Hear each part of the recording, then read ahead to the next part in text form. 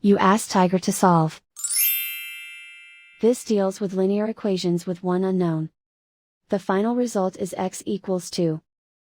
Let's solve it step by step. Simplify the expression. Expand the parentheses.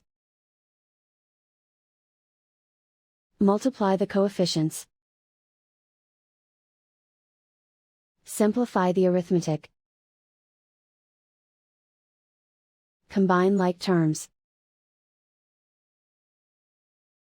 Group all constants on the right side of the equation. Add 16 to both sides.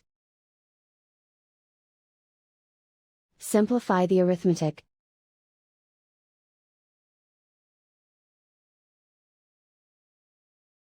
Isolate the x.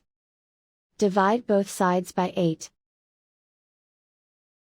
Simplify the fraction. Find the greatest common factor of the numerator and denominator. Factor out and cancel the greatest common factor.